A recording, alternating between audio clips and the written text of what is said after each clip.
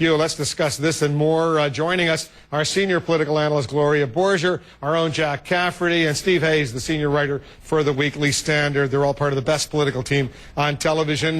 Jack, you know, a lot of people hear this and their blood starts to boil. Well, understandably so. It's much more than the $50 billion. We've spent $700 or $800 billion there on this war. The Iraqis could say, hey, we didn't ask you guys to invade. You came over here, invaded our country, blew up our infrastructure, killed a couple of 100,000 of our people.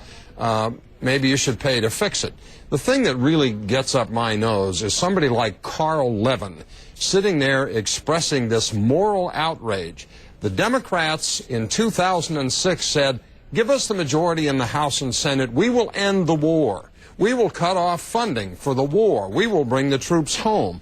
Well, that was a bald-faced lie, and to sit here 2 years later and try to grab the high ground on $50 billion worth of reconstruction costs when you did nothing to end this war 2 years ago after you told us you would, I ain't buying it. You know, Obama spoke out on this. He was outraged today, Gloria. And the McCain people, I take it they're beginning to respond now as well? Yeah, I just got off the phone with the spokesman for John McCain, Wolf, and of course they're saying that this is all due to the success of the surge. That's pretty predictable. And they also say, sort of like what the White House says, American troops and American taxpayers have borne the lion's share of the costs of fighting al-Qaeda and Iranian-backed extremists in Iraq.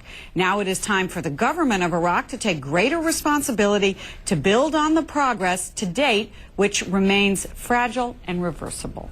So they're saying, okay, they better pony up now, but reminding you that, of course, this progress is fragile, so you can't do what Barack Obama wants to do, which is get out. What do you, all right, Steve, as you look at this, and you studied this subject for a long time, they have, what, $80 billion sitting around simply in banks. Yeah, it's a pretty remarkable report. I mean, it's not every day that I find myself agreeing with Carl Levin. But I think Jack is wrong on this. I think Carl Levin's right. It's pretty outrageous that the Iraqis, you know, effectively have lock boxes all over the world holding this surplus. It made sense, I think, for a while for the United States to be careful about how much of a burden, a financial burden, we put on Iraq as Iraq got the oil sector going, things of that nature.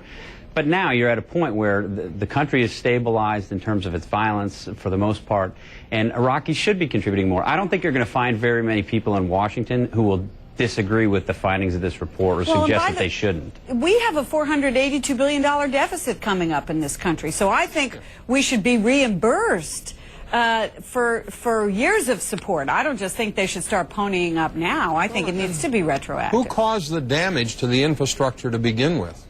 Well, I disagree with you on that, Jack. The state of the Iraqi infrastructure before we went in, before we dropped one bomb, was deplorable. It was far worse than any damage that we did during the war. Are you suggesting that a 5-year war has helped things over there? No, I'm not suggesting a 5-year war has helped things necessarily, although the reconstruction has.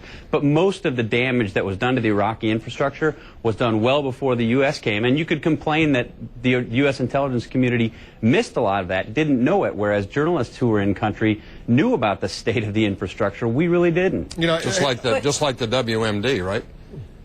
Well, they missed that, too.